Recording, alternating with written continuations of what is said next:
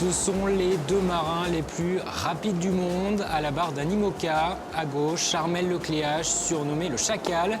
À droite, Alex Thomson, le boss. Ces deux-là auront fait la course en tête et animé cette 8e édition du Vendée Globe. Bonjour, bienvenue pour ce nouveau journal qui sera consacré donc à l'arrivée de cette édition 2016-2017 du Vendée Globe. Vous l'avez vécu en direct sur TV Vendée. Armel Lecléache est donc devenu le 7e skipper à remporter l'Everest des mers, inscrivant ainsi son nom dans le palmarès de l'une des courses au large les plus prestigieuses. Armel Lecléache a donc été le premier à boucler son tour du monde en solitaire, sans escale et sans assistance. C'était ce jeudi à 16h37 exactement. Le monocoque Banque Populaire a franchi la ligne d'arrivée accompagné d'une nuée de bateaux. Armel Lecléache a établi un nouveau temps de référence, 74 jours, 3 heures, 35 minutes et 46 secondes. Le Breton améliore ainsi de près de 4 jours le précédent record de François Gabard. Armel Lecléache, très ému quelques minutes après avoir passé la ligne. 3, 2, 1, top! Arrivée de Banque Populaire, vainqueur du Vendée Globe 2016. C'est énorme là, c'est une émotion incroyable, je ne me rends pas trop compte en fait de ce qui m'arrive. C'était les derniers jours ont été très intenses, j'ai rien lâché les paramètres. C'était chaque mètre gagné c'était dur et puis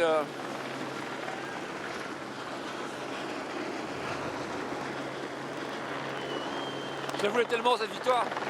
J'avais l'impression que tout était contre moi. Et puis je me suis accroché.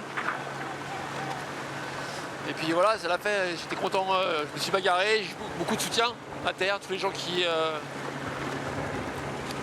m'envoyaient des messages, qui me disaient rien lâcher. C'était mon 3e et je savais que c'était celui-là qu'il fallait aller chercher, donc je voulais vraiment y aller jusqu'au bout. Je voulais pas. Je me disais ma chance elle est là et il y a 4 ans ça avait été pas facile. Je voulais tellement pas revivre la même chose que voilà, je me suis bagarré, mais alors jusqu'au bout. Et cette victoire sur le Vendée Globe, Armel Lecléache en rêvait donc depuis des années. Le skipper breton décroche enfin le titre. Lors des 2 précédentes éditions, Armel Lecléache avait à chaque fois terminé 2e, derrière Michel Desjoyaux en 2008-2009 et derrière François Gabard en 2012-2013. Un titre donc cette fois qui vient s'ajouter à une carrière de marin déjà bien remplie.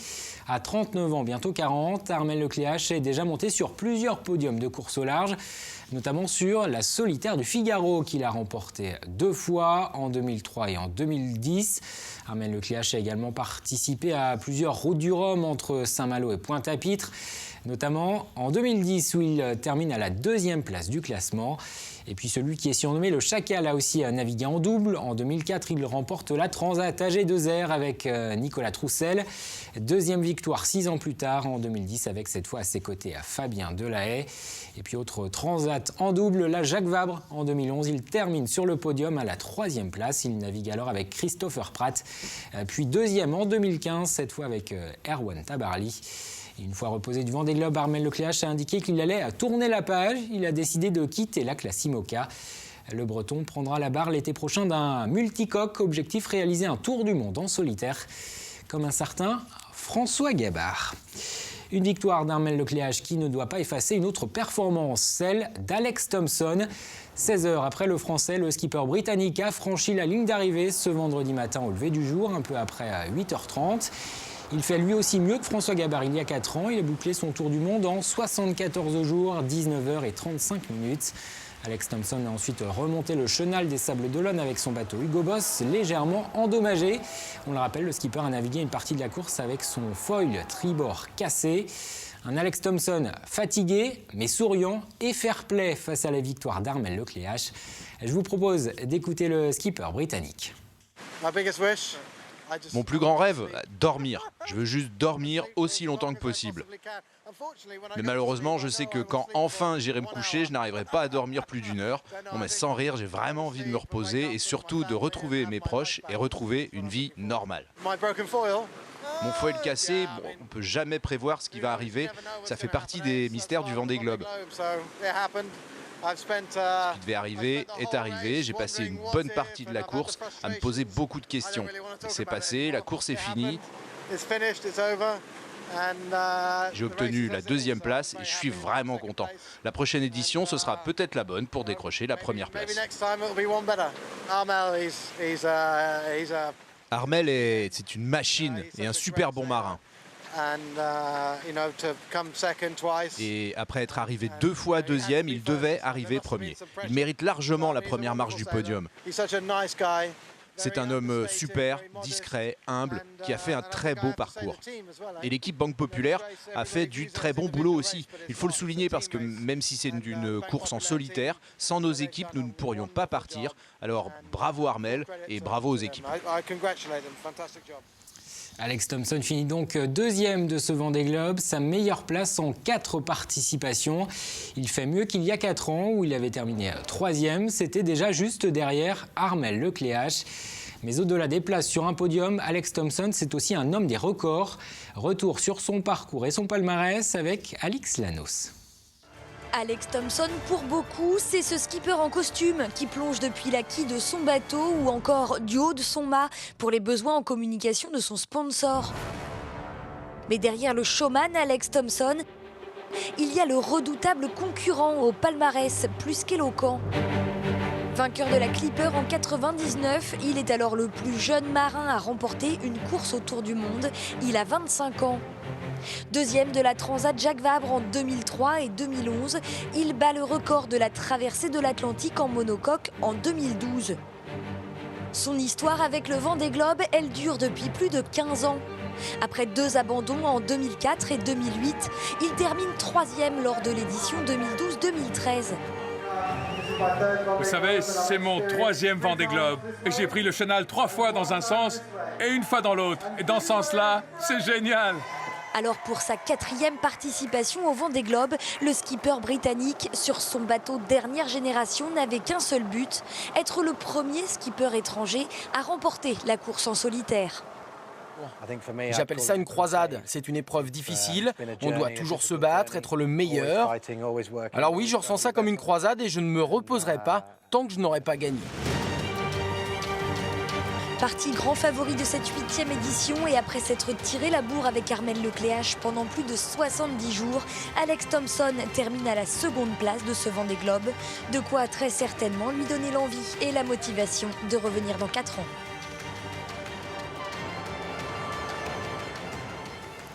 Alex Thompson qui a été acclamé à son arrivée ce vendredi matin au Sables d'Olonne, tout comme Armel Lecléache quelques heures avant lui. Une nouvelle fois, le public a répondu présent pour fêter le retour de ses skippers, saluer la performance de ces marins d'exception. Un accueil à la hauteur de celui offert lors des précédentes éditions. Malgré le froid glacial, l'ambiance était chaleureuse le long du chenal. Reportage auprès du public, Apolline Laurent, Arnaud Barrier et Grégoire de Châtillon. Ils ont bravé le froid, parfois pendant plusieurs heures. Ils savent maintenant que leur champion vient de passer la ligne d'arrivée. Enfin, dès la nuit tombée, je le vois, je le vois. Oui. Armel Lecléache entreprend cette remontée du chenal tant attendue par ses spectateurs venus acclamer leur champion. C'est super, c'est une bonne sensation. Et pour lui comme pour nous. Une belle arrivée avec tout ce monde-là qui a entendu dans le froid. Et voilà, on a vécu tous ces mois avec lui et c'était super. On se dit après tout ce temps en mer, ils doivent être super contents de rentrer. Nous, on est trop contents de les accueillir, donc c'est génial. C'était trop bien et puis on voyait qu'il était content de revenir et d'avoir gagné. On pense qu'il a dû en baver vraiment, parce que c'est très très dur, je pense. Ouais. Nous, on a froid, mais il a dû se l'écailler aussi. Eux aussi auront bravé le froid ce matin pour saluer celui qui aura longtemps talonné Armel Lecléache, le Britannique Alex Thompson. C'est un très grand sportif et il mérite amplement sa place. Déjà, l'année dernière, il y a 4 ans, 3e. Il a eu du mal à rentrer dans le port. Aujourd'hui, il rentre dans de bonnes conditions.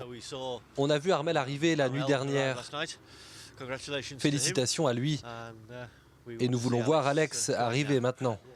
Ils sont encore 16 en course. Le dernier skipper du Vendée Globe, aujourd'hui Sébastien Destremaux, pourrait bien arriver après le mois de février. Armel Lecléache et Alex Thomson, donc salués par le public, salués aussi par les autres skippers encore en course. Certains ont pris le temps d'enregistrer un message pour féliciter les deux premiers. Je vous propose de les écouter. Bravo Armel! C'est énorme! Excellent! Bravo!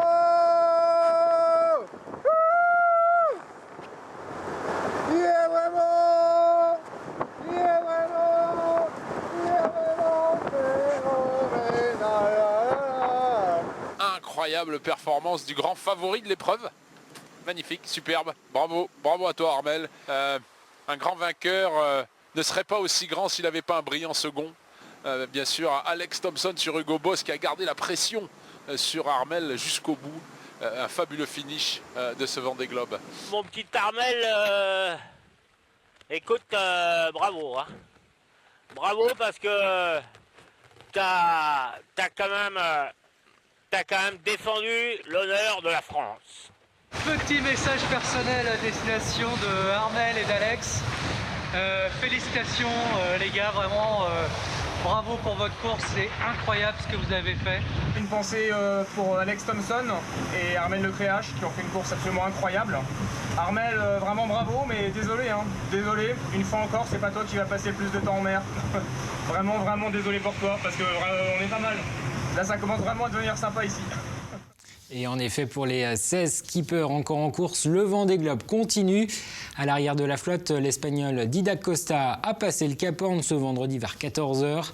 Romain Attanasio est également au niveau de la pointe sud de l'Amérique. Ils vont donc entamer maintenant la remontée de l'Atlantique. Une remontée que poursuivent devant les autres concurrents et certains touchent au but et arriveront prochainement au Sables d'Olonne. La prochaine arrivée prévue, c'est celle de Jérémy Bayou. Le skipper de Maître Coq est attendu lundi, selon les dernières estimations. Il devrait être suivi en milieu de semaine prochaine par un trio de concurrents au coude à coude, Yann Eliès, Jean-Pierre Dick et Jean Le Cam. Ils sont actuellement à moins de 1700 milles de l'arrivée. Ils pourraient arriver au Sables d'Olonne mercredi, selon les dernières estimations. Mais auparavant, donc, c'est Jérémy Bayou qui est attendu. Il devrait terminer 3e, sauf surprise. Il bouclera ainsi pour la première fois un Vendée Globe après 2 abandons.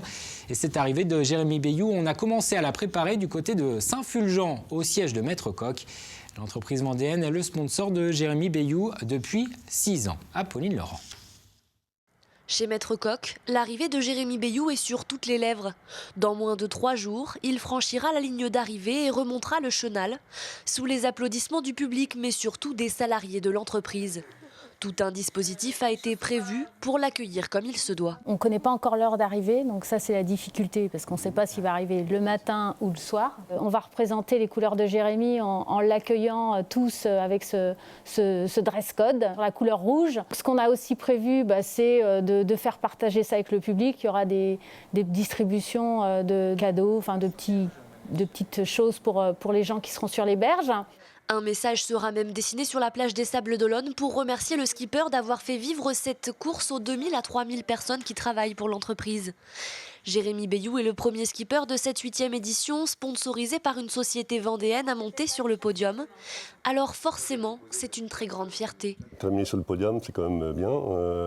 La dernière fois, il n'a pas pu aller jusqu'au bout, il a cassé en route. Là, du coup, on n'est encore pas rendu, mais je pense qu'il y a de grandes chances quand même qu'il arrive, sauf une grosse avarie, ce qu'on n'espère pas bien sûr.